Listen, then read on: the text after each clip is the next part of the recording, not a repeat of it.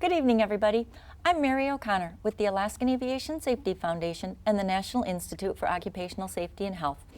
Thank you to Alaska Public Media for allowing us to bring you Hangar Flying. We appreciate their support and we appreciate you joining us. We are pleased to have Gary Bennett back on the show today. He is going to be talking to us about ADS-B and the installation process and what pilots need to do to get their $500 rebate from the FAA. Gary, welcome back. Oh, thank you very much. So we were just talking about installation, and you made a remark that pilots come back to you after they have it installed. And what do they say? Basically, nobody has come back upset that they've installed it. Everybody's been real happy that they put the equipment in, and most of the feedback that I'm getting is especially with the ADS-B in, is the fact that they're seeing traffic that they know they would not have otherwise seen without it. And knowing all along that that traffic's been there, you know, it's just extra looking over your shoulder. I think that's great information. Yes. From people that have made that step to install. So we were going to talk about the installation process and what happens after that. So once an airplane has the new equipment installed, what steps does the pilot need to do to make sure he gets that check? After the equipment is installed, basically you're going to take the aircraft on a validation flight. And what the validation flight consists of is flight for 30 minutes in what they call ADS-B rule airspace, which in our case is basically flying in the Anchorage Class C for 30 minutes. They like you to fly, change your altitude, do some maneuvering within that airspace, and it's for 30 minutes, and it can't be for a second less, because we found that it's been proven that 29 minutes and 50 seconds was not good enough, and that they had to try again. And so basically that's it. It's a validation flight, and then you go back onto the website, let them know when you did the flight, and usually within 30 minutes or so they let you know whether or not the flight passed or failed. And you mentioned it's pass-fail. It's not like a complex test where they say you pass these parts, but you have to retake this part. So people do fail. What are some common reasons that they fail?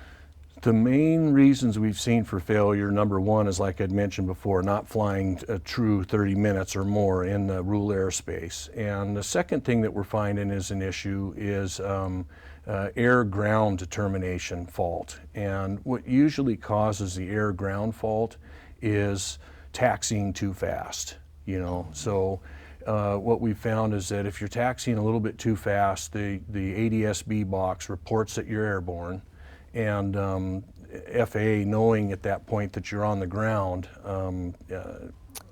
you know, sees a fault. And, you know, it's a fraction of the percentage of the flight time, but it's enough to fail you. Wow.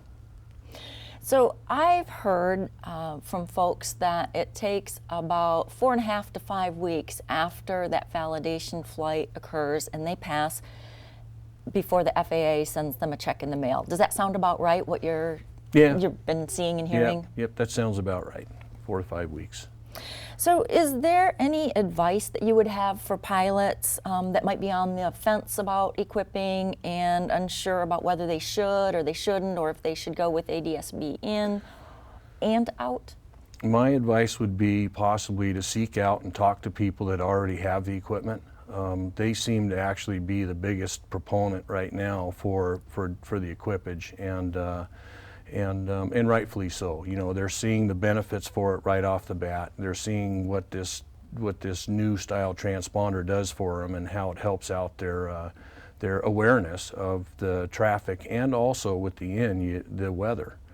You know, so you get a live feed basically when you're in range of the ground stations of the weather in your area, and that can be very useful information. That's great advice to go out with somebody that's already got the equipment and kind of test it out. Yes, absolutely. A test fly. Do you have any advice or anything else that you'd like to add? So the main things to keep track of, and that is, again, as far as getting your rebate and doing your validation flight, one of the things that, another thing that is causes an issue is the flight is done when you're recording it is in Zulu time. So in Alaska, if your validation flight is late in the afternoon, it's really tomorrow Zulu time, and you need to let them know because that the flight was actually the next day Zulu time, and then they can find your flight for you.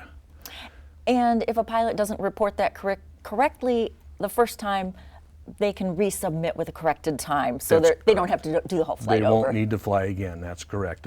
The things that will make you fly again will actually be a failure of the test, and again, it's been fast taxiing and not flying enough in the rule airspace, and those will cause you to have to fly again. So the trick is to not spend $500 worth of gas to get your $500 rebate. Good advice.